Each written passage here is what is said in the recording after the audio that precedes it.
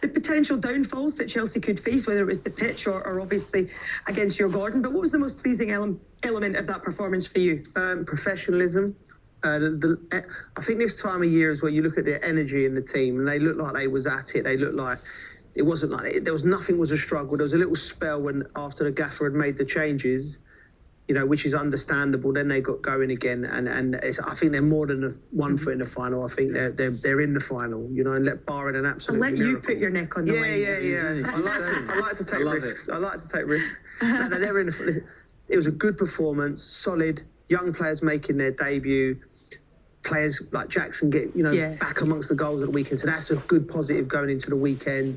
Just really, really positive for Chelsea for the run-in, and obviously Nottingham Forest losing.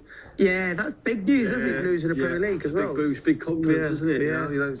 I think from the start it was the intensity that they played at. It's very easy to try, with these games, to underestimate.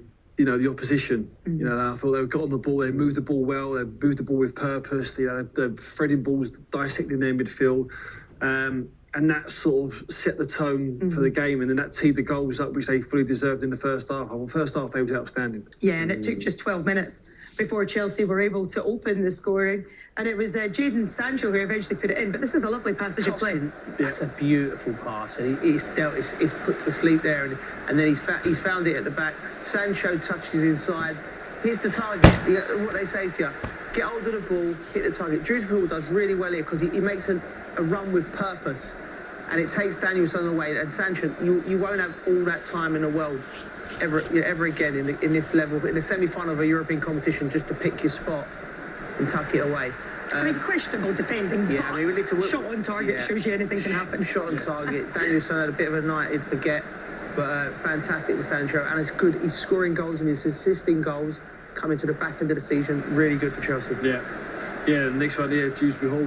We said about the detail of the pass. I mean, that is just it's a decisive pass, weight of pass, and then Enzo, he knows what he's doing there. He's just taken one touch and literally just teeing it up for Madueke. I thought first half one absolutely run riot. The pace, his intensity, the way he was getting past the fullback, tucked it into the bottom corner, and just what they deserved. I thought he was absolutely outstanding. So Chelsea 2 goals up at half-time, and you have to say that was the least they deserved, wasn't it, to be have a 2-goal advantage at the break.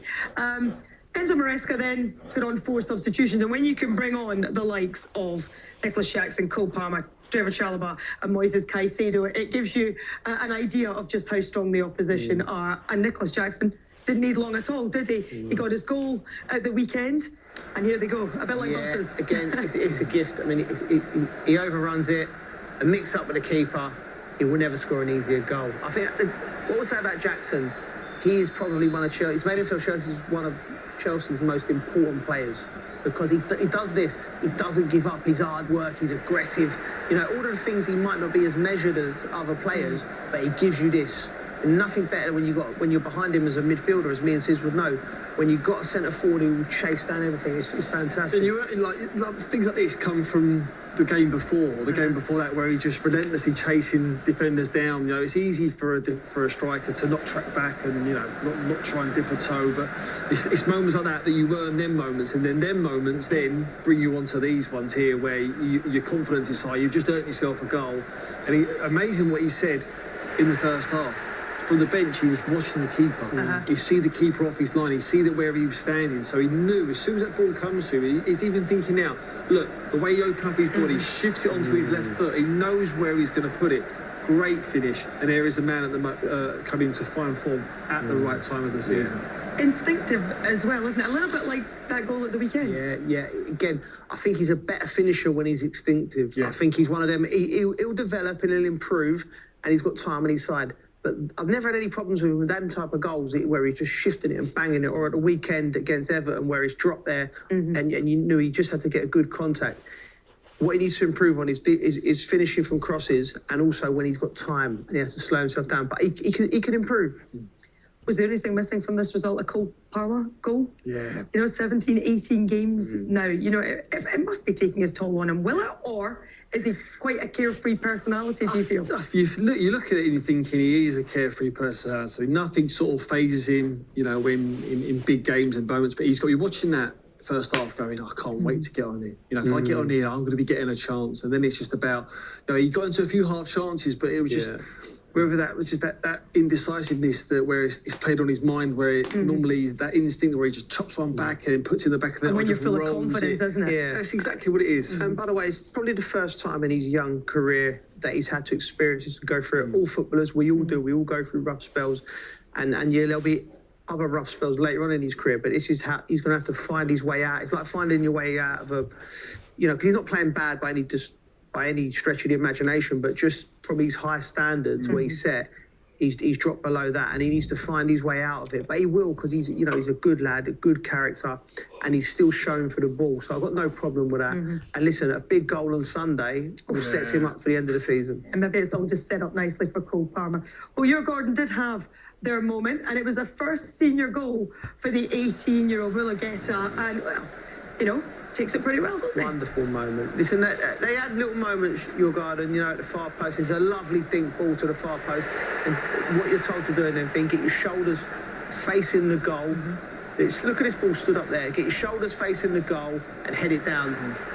Bang, great moment for the young lad. Yeah, brilliant. And that is it. It's literally what you've been taught from a kid. You know, when the ball's up high, you head it down. You've got half a chance if it goes in.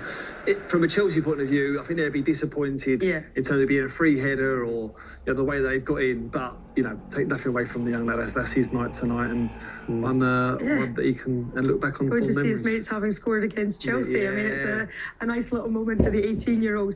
But you have to say, like, you know, they had another opportunity, didn't they? Djurgarden, like, to make it two, and he skied it over the bar. But their fans maintained the atmosphere, didn't they? They kept cheering them on, even at 4-1 down. It's great for, like I said, the strength of the Premier League. When our teams go to these countries and they get to see Cole Palmers and Nicolas Jacksons and Enzo Fernandez, you know, they love it, and they get to compete against them. You know, there's a big disparity in what Djurgarden can spend and what Chelsea can spend. So on nights like this, it's a celebration of football. I don't think the fans there, they would have dreamt a little bit, but after the first 15 minutes, they'd have known it's going to be a real tough night. But they enjoyed themselves right to the end. Yeah, they certainly did, and they'll be noisy as well at Stamford Bridge next week. Tonight. Yeah, very good. The most important, we won, and now, you know, we're just one step forward. So now we just keep moving and hope we go to the final. Does it feel like you're 1 foot in the final with a 3-goal cushion? No. It's never over. You know, it's now we just have one more game, and now we just go 100% in the second game, and then you will see. You know. Good to see you scoring again. Was that first one all about strikers' instinct following it up? Yeah, I knew they were like having two minds, so I just ran, and then hopefully I put my leg, and then the ball came to me. Yeah. And the second, the moment of class. Describe it for us. Yeah, I saw the keeper on the bench was always out, so I said, when I come, I will just shoot outside the box, and then I did that, so it went in. I was very happy. We won. How well did the team cope with the occasion tonight? Yeah, very good. Semi-final, you know, atmosphere is good, and now we're very happy that we won, so that's the most important. What was the manager's message to you at half-time as he was making those 4 substitutions, of which you was obviously one? Yeah, it was to continue fighting and running and helping the team, as we always do. So, yeah, gladly we won the game, and he's happy, and everybody's happy. So that's 3 wins in a row now. How ready do you guys feel for Liverpool? Yeah, now we just finished this one, so now we just focus on Sunday. It's not going to be easy, but, you know, nothing easy, so we just fight for more and try to win the next one. And what have you seen of young Reggie Walsh, who came on and very nearly scored with his first touch? Have you trained with him much? Yeah, he's a very good player, top quality, so for sure he's going to go far. He has lot of quality, so I'm very happy for him to make his debut. I hope more to come for him, and I'm very happy for him. Nicolas, thank you very much. You're welcome. Thank you.